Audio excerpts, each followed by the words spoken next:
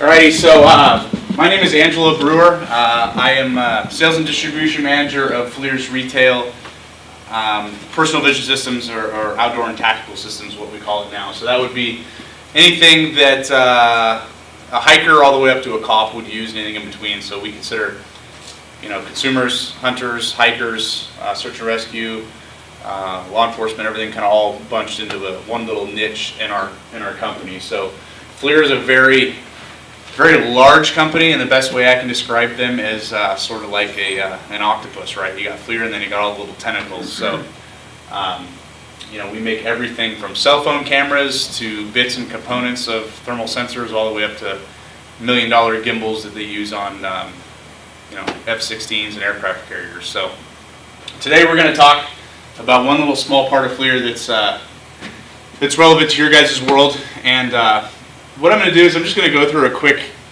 overview of kind of the electromagnetic spectrum, specifically visible, I squared, or the green night vision. And I'll try to not mix up my words, but if I say night vision, I'm trying to say green image intensified night vision. Everybody familiar with what that is? You've seen it in all the movies. So we in the industry, we get confused, and a lot of times if I say night vision, the person I'm talking to knows what I'm saying. So if I say that, I apologize. And then we'll talk about long-wave infrared, and that's the narrow band that all of the lightweight, small consumer thermal imagers operate in. How many people here? You guys all use ham radio, right? You guys all use 2 meter, right? So the best way to describe kind of what long-wave infrared is, if you think of 2 meter and HF, or 10 meter. So it's a much longer wavelength that we are looking at in infrared, and we'll get into that as we go. Talk about some advantages and some limitations of thermal. So that's really important because Hollywood has done a really good job of putting things in people's minds, that you can see through a trunk of a car, or I can see through a wall, or I can see underground. Unfortunately, we can't do that, so we'll talk about what you can do. And we always like to make sure that customers and users understand what we can do realistically before they go out and purchase something thinking that they can do something they can't. I'll cover some common questions. We'll touch briefly on drones. I got that drone Thursday night. First time I flew it was Thursday night in my driveway, so I'm by no means an expert.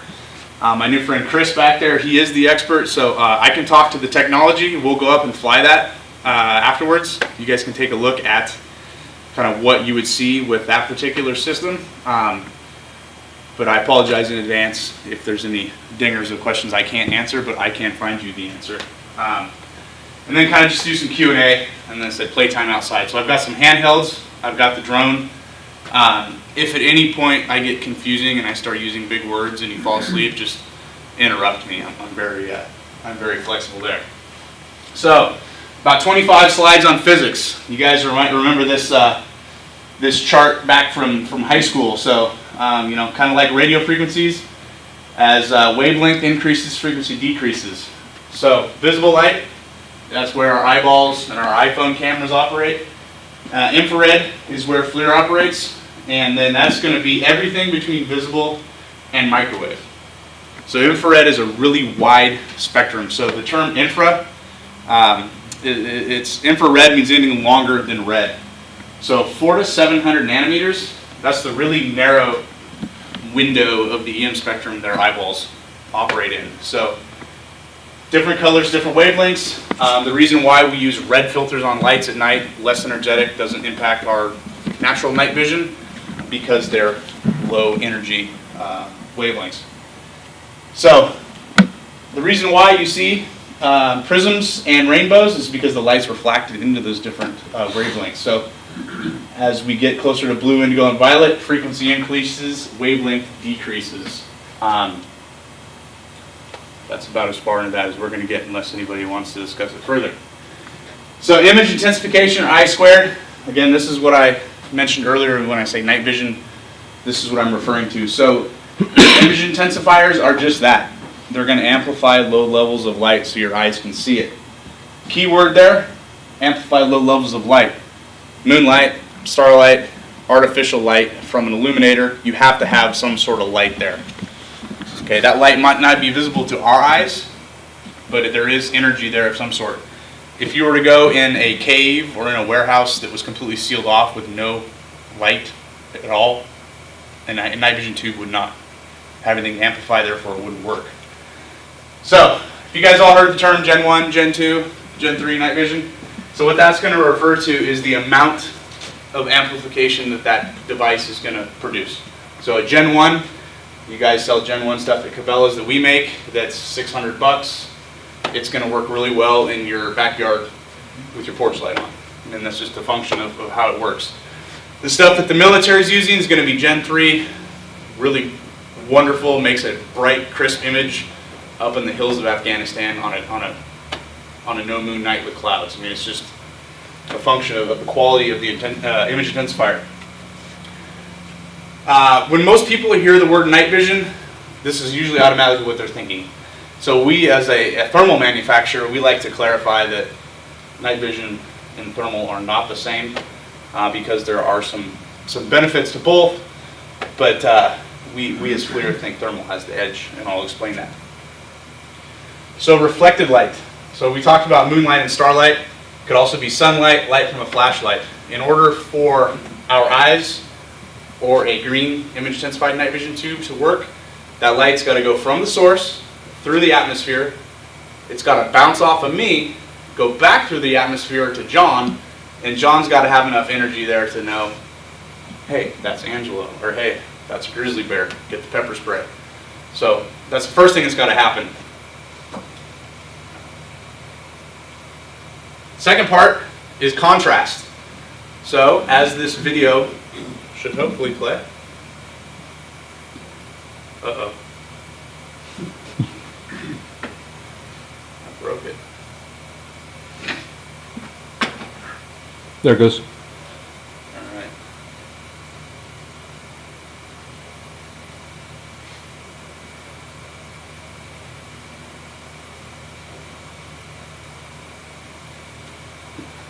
It says it's playing. Okay, there we go. So, as the scene gets darker, the guy on the left-hand side has very low contrast. He's wearing camouflage. He disappears, right? That's why when people hunt, they wear camouflage, trying to break up that visible contrast. That's why criminals dress in black clothing, but believe it or not, black is horrible for disappearing. But you can still kind of see the girl on the right-hand side who was wearing the bright neon clothes. So it all comes back to the second part of that. We have to have information, we have to have contrast. Without those two things, we're not going to make a usable image. So John sells really, really wonderful binoculars.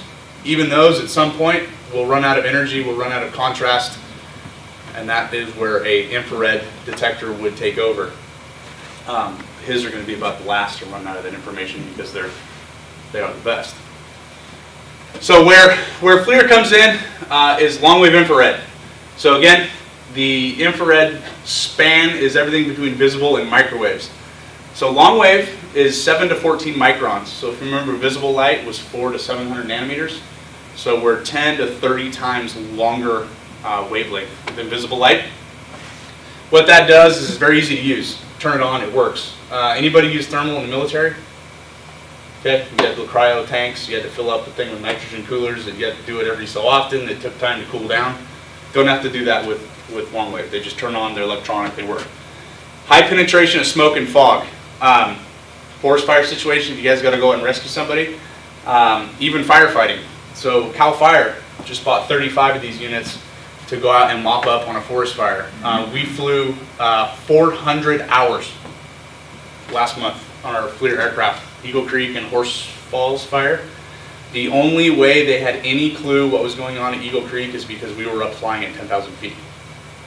The firefighters would go up a road, they'd run into smoke, they'd retreat. I mean, they're not going to go into it. So thermal, I don't know if anybody saw it on the news, but it allows you basically to look down and see where the entire hotspot, they'd map the whole fire every day, downlink that to the fire camp, and the command would send people up road X, Y, and Z.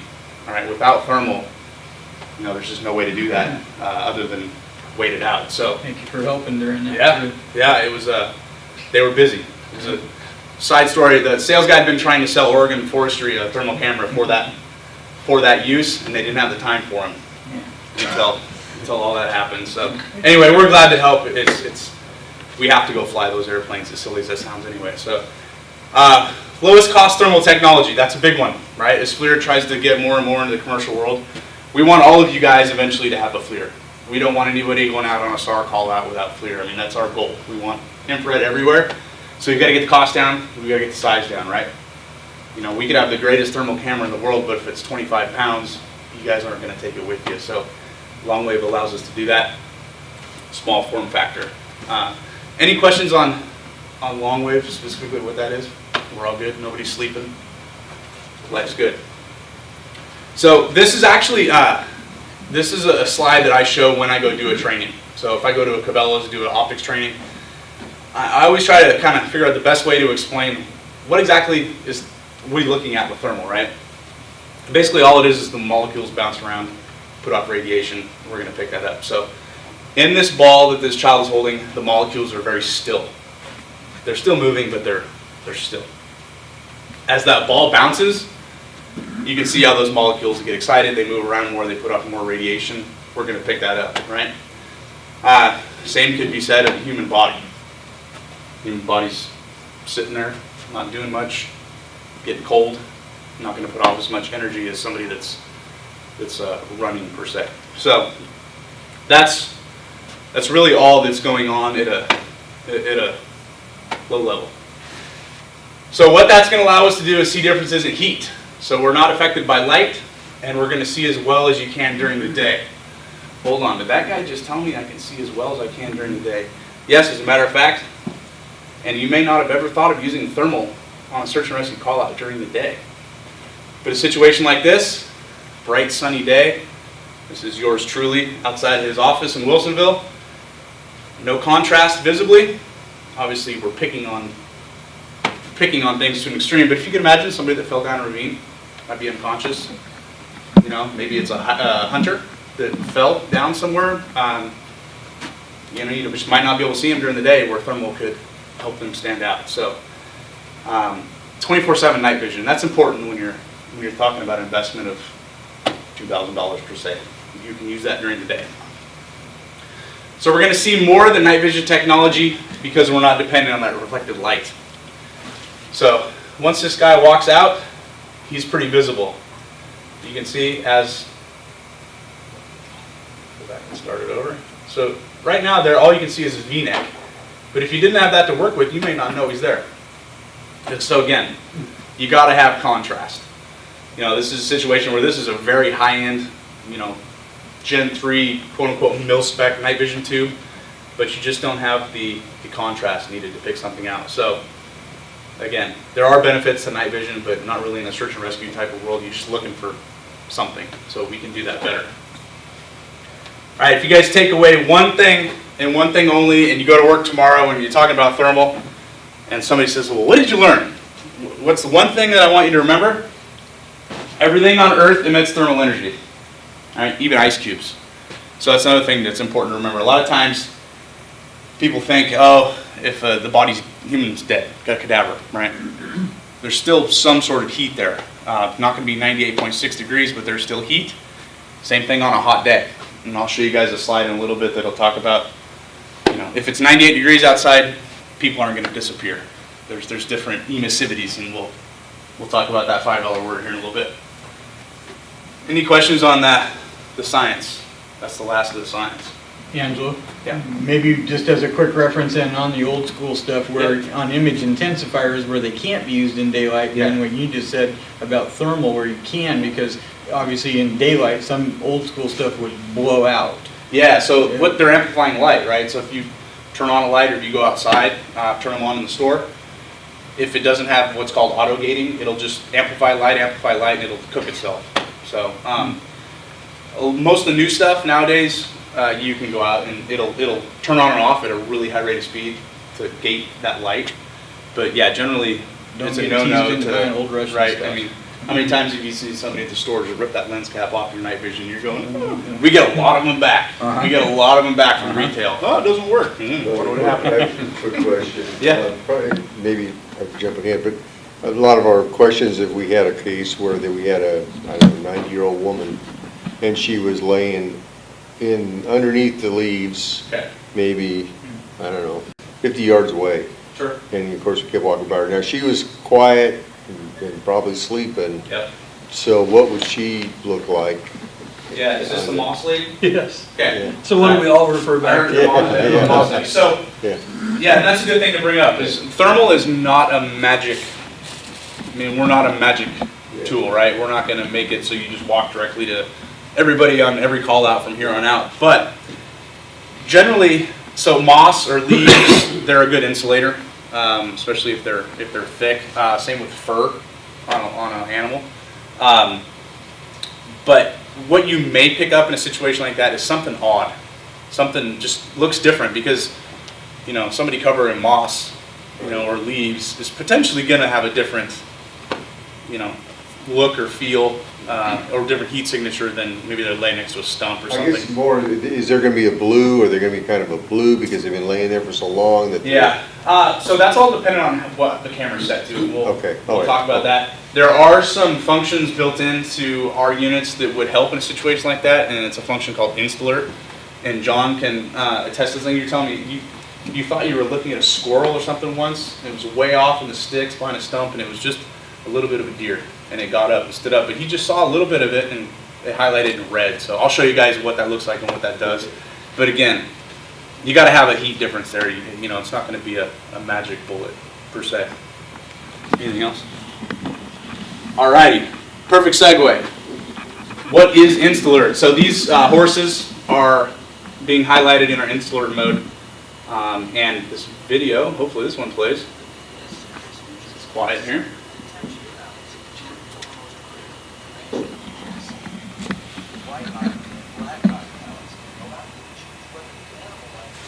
Okay, I'll narrate. So white hot and black hot are pretty much default.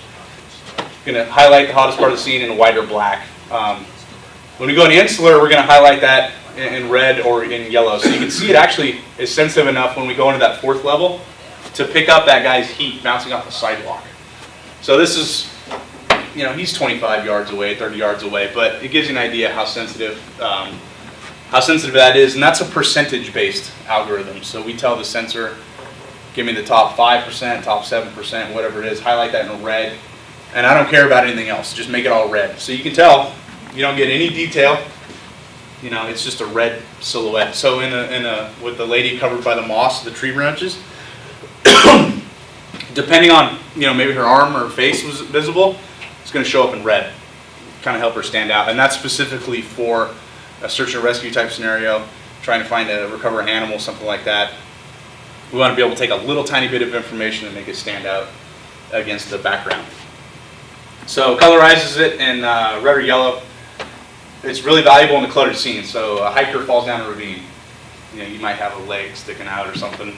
It's going to be a red object. So that would be, you know, if I was searching for somebody, that would be the mode that I would be in. There's no right or wrong color palette. It's all the same information, but that would be my suggestion in a search and rescue scenario. So there's 4 levels. You see as we increase from 1 to 4, the deer become more and more saturated. So up here, this deer has no red. When you get down here, there's more red. So you can go in and pick. If you're out on a sunny day looking for somebody, you may only want level 1 because all that solar energy, it's just going to be a sea of red by the time you're done. But that is a function of FLIR. Can FLIR see through fog? Earlier I mentioned a good penetration in smoke and fog. The kicker with fog is moisture content. So water will block thermal energy. Water and glass. 2 things that most people don't think of. So can't see fish. You know, a lot of guys, I'm going to go, this is my new fish finder. You're going to see your pretty face reflecting off the water.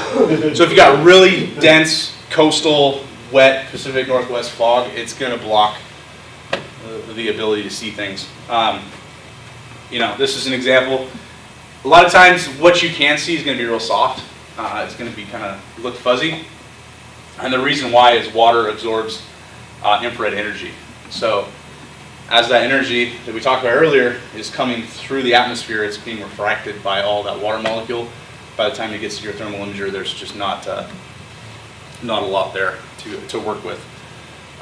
So again, not a magic bullet in the fog, but generally it's going to work better in a flashlight, and it's going to work better than your unaided eye, for sure. But it's got to be awful thick not to use it.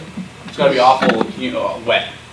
Wet. Which generally thicker fog is going to be Yeah. wet. Yeah. But God, I got a 5-syllable word too, and I just can't pull off the front of my head that we use to sound smart. Well, not emissivity, it's even bigger than that. All right. It'll come to me later. I'll throw it in somehow. So this is a video that was shot outside FLIR. And it will show you, John's going to get all excited because there's ducks.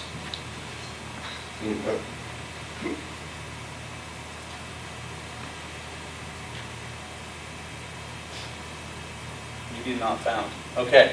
Well, if you could imagine this is going to transition to thermal, and there's going to be some ducks that are going to fly away. I knew it. And birds. Yeah. Got me worried now. I got a really cool slide coming up and it may not work. Heavy rain, again, not much better than you can with your eyes. Rain will do two things. That water is going to block thermal energy, but it's also going to cool everything down. So water, as you know, people get wet, hypothermic, they cool down. Really common in retail. Guy goes to Cabela's, buys his FLIR, goes home, night like tonight, oh my God, this is the greatest thing in the world, calls all his buddies, they come over Friday night, gonna check it out, it's raining, they go out in the backyard, it's great. Go back to the store, it burned out, it burned up, something's wrong, it's broken. Well, when it's really wet, everything cools off, everything's isotherm at the same temperature. You know, if you were to walk out into that scene, or your dog was there was something of heat, it'd stand like a sore thumb. But without that temperature delta, you know, your backyard in a pouring down rain, not that impressive. So, smoke, we talked about, smoke is dry. We've been selling thermal in the firefighting world forever. And, you know, first responders can go in, sweep a whole room immediately and be done, versus having to feel. So, again, the difference between smoke and fog, moisture content at a real basic mode. So earlier I mentioned, what if it's 98.6 degrees outside? So here comes my emissivity again. So this coffee cup has been heated up to 98.6 degrees. On the left of the coffee cup is electrical tape. On the right of the coffee cup, under the logo, is aluminum or HVAC tape. So if you think about what happens on a sunny day, if you go outside with a black t-shirt on or a white t-shirt, all right, the black t-shirt is going to be warmer. Still the same temperature outside, you're still the same temperature, but that black t-shirt absorbs that heat from the sun better. So that's emissivity, or basically how reflective something is, how much heat it gives off. Truck bumpers. You go outside on a 90-degree day, truck's been parked all day long in the sun. If you look at the bumper, a chrome bumper with a thermal imager, it's going to look cold. All right, it's really reflective. It's basically reflecting the empty nothing from the sky. So again, even if it's 98.6 degrees outside, if I'm a lost hiker, I might be colder than what's around me, you know, because I'm sweating. I'm hopefully still hydrated to the point I can sweat. So again, it's more important to have temperature delta than really caring what temperature it is. So, you know, never have I ever been anywhere where I haven't been able to see somebody, you know, short of them being 700 yards away, you know, in a clear cut, but that's just a function of not having enough information. So how sensitive is FLIR? I have a phone charger to the person that can come up with the best guess. Hopefully it doesn't pop up on its own. Anybody out there, how sensitive is a FLIR thermal imager? Somebody guess. I don't know. Very. Your question. Temperature sensitivity. See, you can go up on the wall. I can touch 3 the- degrees. 3 degrees? Half a degree C. Half a degree Celsius. Okay. Anybody else? You added Celsius, so I'm guessing you deal with temperatures. Okay. Engineer. Okay. 50 millikelvin. We can go Kelvin. So 0.05 C, 0.09 Fahrenheit. So Kelvin, 0 Kelvin is absolute zero. Nowhere on the Earth does that actually occur. So it's less than a degree. Yeah. So less than a degree. when we play with these units, you know, you can walk and drag your foot. You'll pick up friction of your feet. Hand on the wall. That is a classic thing we teach the guys to do at Cabela's. It's easy to do on the counter. Shows it off. If you go outside and look at, you may even be able to see your reflection in that whiteboard. But anything shiny, if you go look at windows, you'll see your body reflecting off. So extremely sensitive. This is a golf type thing. Lower is better. So that's the minimum temperature difference that the sensors will detect. Now that's based on, you know, how far away is something, how big is your lens, all those things, but extremely sensitive. Another thing we like to point out when setting the expectation with customers, what does detection look like? So we always get asked, how far can I see? All right, how often do you guys get that? How far can I see? You know, it's the first thing people want to know. See the moon. See the future if you buy the expensive ones. So we give a number. If you look at our brochures, if you go on the website, you're going to see DRI, detection, recognition, identification. And that is based on what's called Johnson's criteria. And that came up with, back in the early days of night vision, the Army wanted to know, what's the likelihood or how far can somebody see with something? So it's based on amount of pixels, amount of information. So literally detection means I've got 2 pixels by 1 pixel. So if I'm standing, you know, 1,300 meters away, I'm going to be 1 pixel wide, 2 pixels tall. So that is what you're going to expect to see when we give you detection. This was sent to me by a customer, bought one of these units way early on, 2011.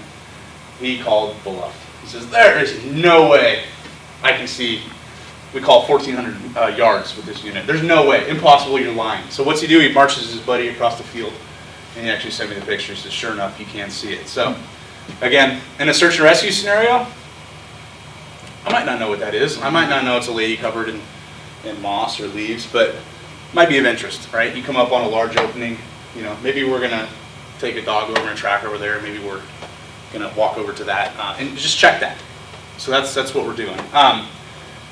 You know, at 200 meters, you're gonna see it's a human, you know, whatnot, but again, that's what you're gonna expect when you see detection numbers, or if you ask me how far can I see, I'm gonna give you a number, and it's based on that. So why FLIR? Prince Harry. Harry approved, so that's why you need FLIR. So this picture, they were actually looking for some endangered squirrels or something. They were off on a, I don't know, but anyway. So Harry does not approve of loopholes. So I have friends at loopholes, so I can make that joke because we have a loophole right here. So the next part of this, I want to talk about drones, and I don't know if this video is going to play. If it does. So anyway, I'll go manually make this play, but like I said, I figured you guys would probably want to know about drones. John mentioned if I could get a drone, that would be cool. I walked down to the marketing department. I got a DJI Inspire with the Zen Muse XT on there. I know how to go up in the air with it and make pretty pictures, so we'll go outside and play with it. But I can answer the technology side of things. It'd be really cool to see. My friend Chris can probably talk more intelligently on legalities and whatever else. So let me see. So this, I'm assuming I'll get this video played, but this is a drone. I don't know if anybody, there was a commercial that the Army was running for a while where there's a couple soldiers and they go out and they pull this little drone out and they throw it. Yeah. That's a company that FLIR owns called Prox Dynamics. They're out of Sweden, I believe. So that is the world's smallest drone with both thermal and visible on it. So this video is going to talk about kind of FLIR's, you know, we want thermal everywhere, but more specifically the drone market. It's made by some guys called Roswell Test Flight Crew. They're in Tualatin or something somewhere, but it's an interview they did at our building. So let's see if I can get this to go.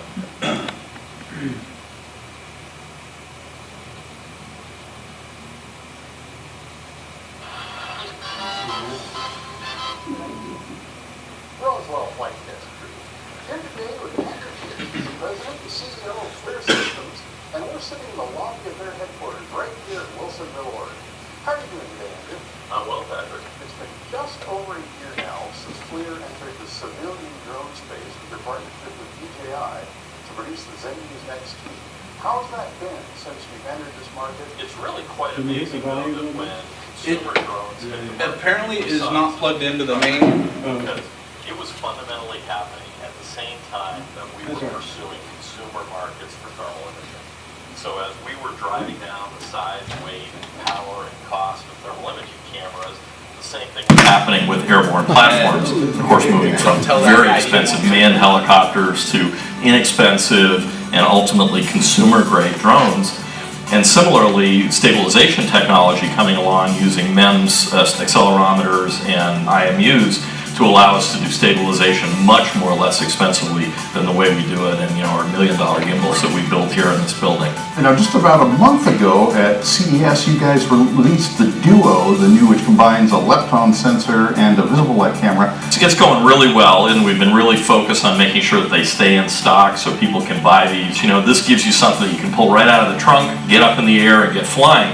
And when you think about it in terms of Duo, we have always had an approach of FLIR to have a value ladder in our products. Products that serve a wide range of applications and a wide range of price and performance points.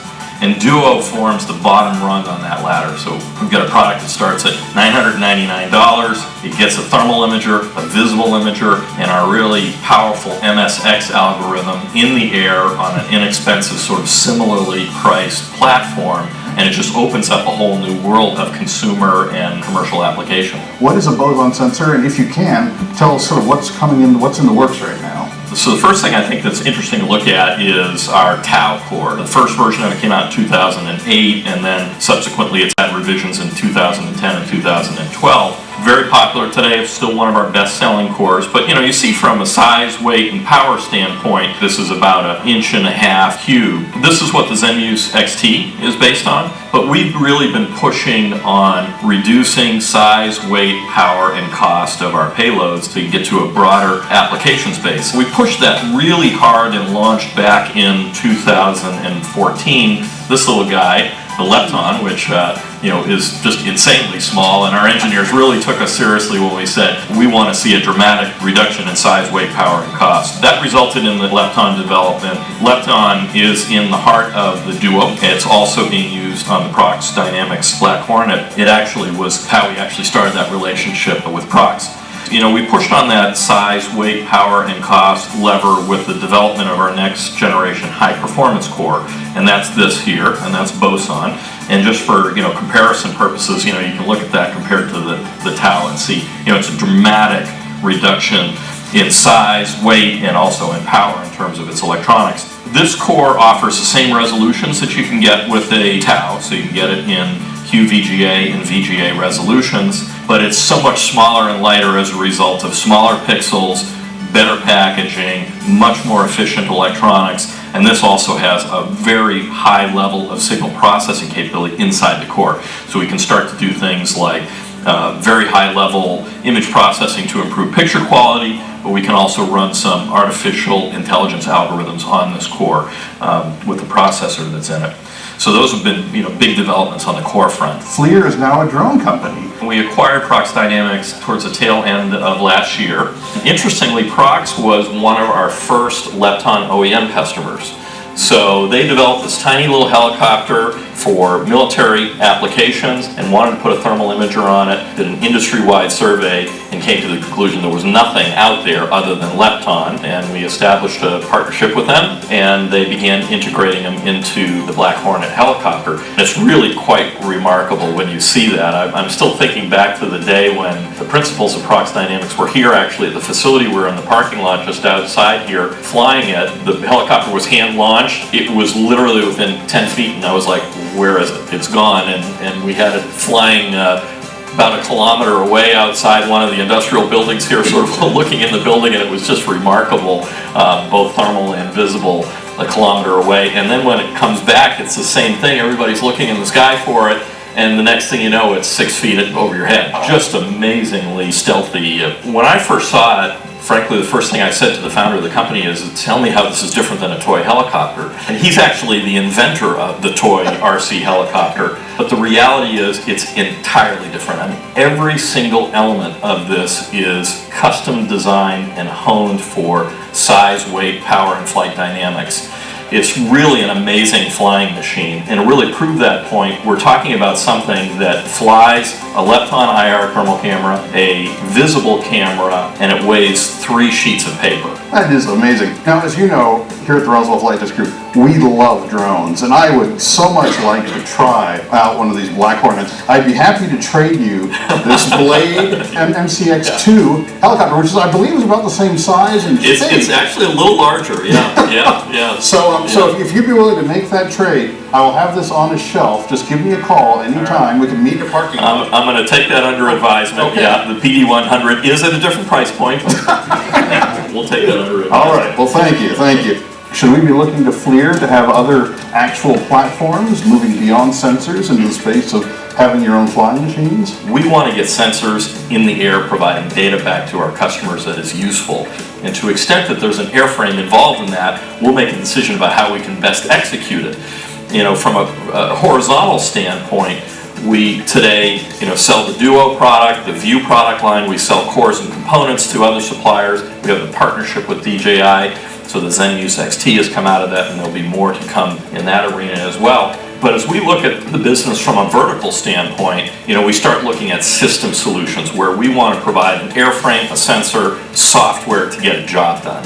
We're going to be offering a complete solution that gets the mission accomplished, not just as a flying machine. Well, that makes perfect sense. Not that we don't love flying machines. Well, Andrew, thank you so much for taking the time to speak with us today. I really appreciate it. And I also want to just extend our appreciation on behalf of the whole Roswell Flight Test Crew team for everything you've done to support us. Just such a thrill to have the opportunity to work with your company and to be able to share what you're doing with the world. I think it's great to have a competent third party that's out there objectively evaluating the technology, and we really appreciate it. Well, Andrew, thanks so much again. Really appreciate it. My pleasure. And from FLIR headquarters in Wilsonville, Oregon, this is the Roswell Flight Test Crew signing off. Alright. So you probably couldn't see when they were making jokes about price. That was a $50,000 drone. Again, not realistic for SAR yet. Hopefully we'll get there. When I started, I've been with FLIR 10 years. So when I started there, we had a product that has the exact same performance and resolution that we're selling in Cabela's for $600 now. So in 10 years, we've gone from 15,000 to 600. So we laugh about 50,000 now, but honestly, in 5 years, I bet you that will be 2,000 or 3,000, maybe cheaper. So, can you hit one of the lights? I'll give you guys a quick overview. So Tau, boson, lepton. Anybody know what those are? You're the engineer, maybe you might know. They're subatomic particles, and boson is something that we named our sensor boson. That was the little tiny thing that he had that was the size of his fingertip. So that's a subatomic particle that gives mass to other things. So that's we thought that was a cool name, that a super small little sensor would give mass to something. So Andy, who was our CEO, also mentioned kind of the bottom rung. So that Duo would be our least expensive offering in the drone world, and that's based on Lepton, which is the same exact sensor that's in this unit. So you're about $800 for thermal visible capability on a drone. You can get thermal only on a handheld function for $600. So again, back to the expectation, this is going to be your probably 50 to 100 yards and in type of camera. But we wanted it to be inexpensive, small, and that's what we came up with. So, in the SAR world, it weighs 12 ounces. Super small. You can throw it in your pack. It's not going to weigh you down and be a burden. From there, on the handheld front, you can jump up into the Scout 2 or 3 family. If any of you guys have been out with John, this is similar to what he carries. These are going to be kind of the next rung in the ladder. So they're going to start in the $2,000 range, but you're going to get 3, 5, 800 yard detection range of a human being. So again, little heavier, a little bigger in size, a little jump up in cost as well. But there is it's a force multiplier. So if you can clear a whole area, if you've got a elderly person that wanders off on a golf course, you can literally clear an entire hole of a golf course with one person in 2 minutes. and move on. So if you think about that in terms of functionality, that's kind of what we provide. So on the other end of the spectrum, this is a $15,000 setup. That's including drone and everything, but this is the Zenmuse XT that you, Andy mentioned. So this is a high resolution, full frame rate radiometric thermal imager. So it's based on our TAO that Andy talked about, which is similar to what's in here, same sensor, but a much more advanced version. So this will actually read temperatures. This is not really designed for search and rescue per se. This is more catered to an electrician or a lineman, so you can actually fly up and measure resistors and things like that. We do have a unit that's a package with DJI that's a little less expensive. This first responders, so fire. You're looking for people, hotspots, but still upper echelon of budgetary. But you can get into Because of the resolution of what it yeah, takes just to- the sensor. This is again, it's radiometric, so it can measure temperature from while being airborne. So PGE, they go out and fly a high tension line out of Bonneville in a day and measure everything with a drone. So you can get into something with a duo that video talked about, and a smaller drone for probably about $2,000, give or take, like an Autel or a smaller DJI with a duo. So it is not unreachable. Clackamas County Sheriff, they were on a call out for a mushroom picker end of last week, and I actually talked to the Sean Collinson and their search and rescue unit, unrelated to that, but they were up flying drones. So it's gotten to a place where it's again, not inexpensive, not cheap, but more reachable than it was before. So we go outside, we'll send this thing up in the air. You guys can check it out. It downloads full color, full frame video down on the iPad. Try the handhelds. I've got 4 handhelds and just the one drone. So any questions on any of that before we go outside? I'm sure something might come up when we're out there. You guys can ask away. But hopefully that was informative. Yeah? Angela, if I may, what's new in battery technology as far as for, again, operating times, both in the handhelds and how are we doing in the aircraft world? Yeah, again, I don't have a lot of experience with drones, but I think this is 17 minutes of flight per battery pack, so I would assume you would need a few batteries. Handhelds, you're looking 4 to 5 hours on a full charge, so 4 hours of runtime. So that would probably get you through an entire night of SAR mission because you're not going to be, in it on it all the whole time. Easiest thing to do, USB charger. This particular unit is 15,000 milliamp hours, so that's like 5 or 6 charge cycles. So plug it into just like a cell phone. But they are internal batteries. We do have some larger units that run on AA's. But as we try to get things smaller, it's harder to do with external batteries. Yeah. As far as being, I don't know if that's a good or bad runtime on a drone, 15, 17 minutes. Perfect. I always give everybody 18 minutes. It's listed at like 20 minutes, 20 to 25, but your actual flight time, because you want to land at 30, 20%. Yeah, it starts barking at you with like 3 minutes left to come back. So. No, I was glad you stepped in there, Chris, because, Chris Scholes with Mountain Wave now, and he's on their drone. You actually have written a book on drones and search and rescue, right? It's on Amazon, by the way. I'll pump your book for you. But, so now what has been your experience on using, are you using any FLIR yet, or are you just using camera, or? We can't afford them. Okay. But super helpful. And just like you mentioned earlier, during the daylight would be most helpful.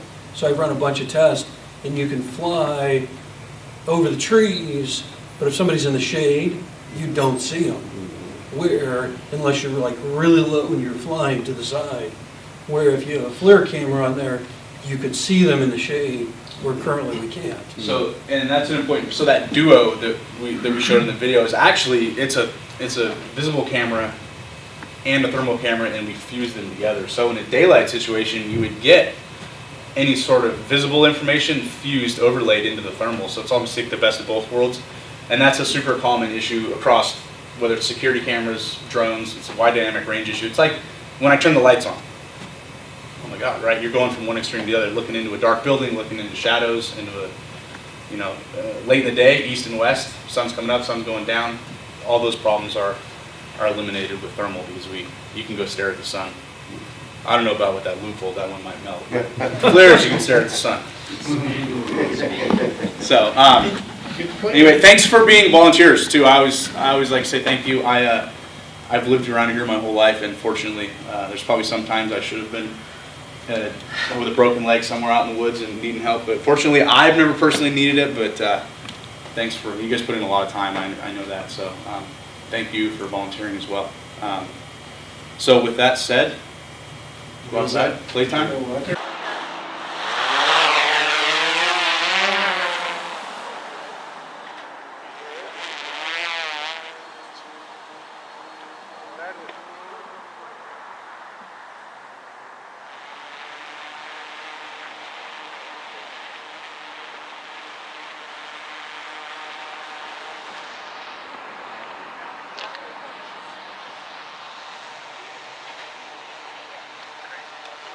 All right, so that's looking straight down on us right there. Yeah.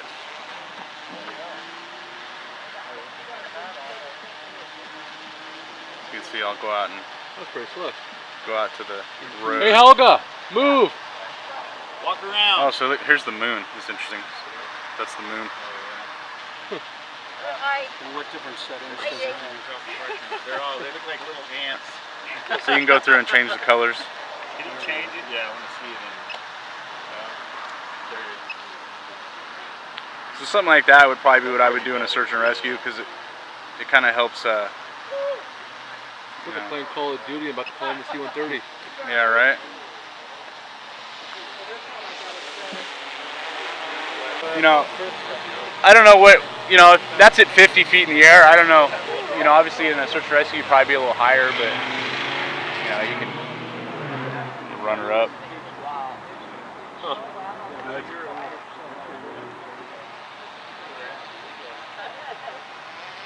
Go through and kind of.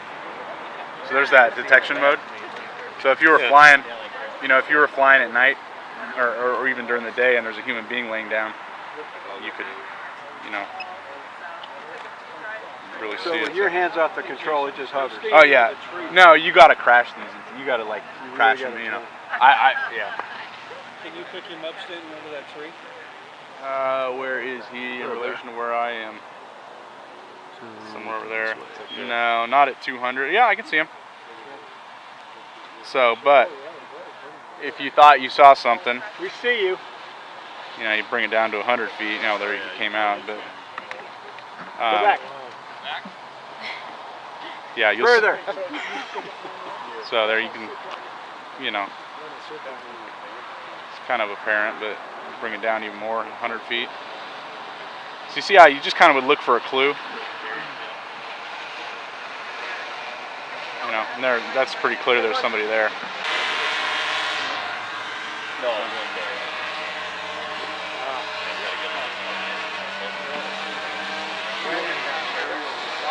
And then to land these things, it's literally as easy as this. So on this one, the landing gear will retract down. Oh, wow.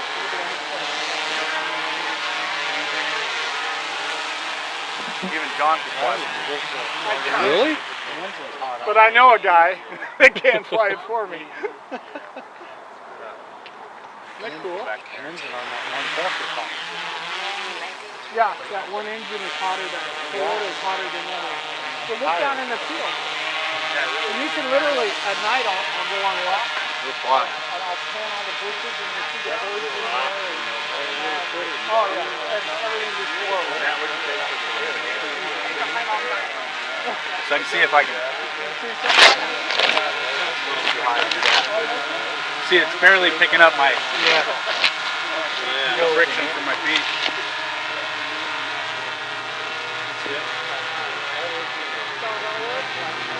Yeah, we're a good looking group.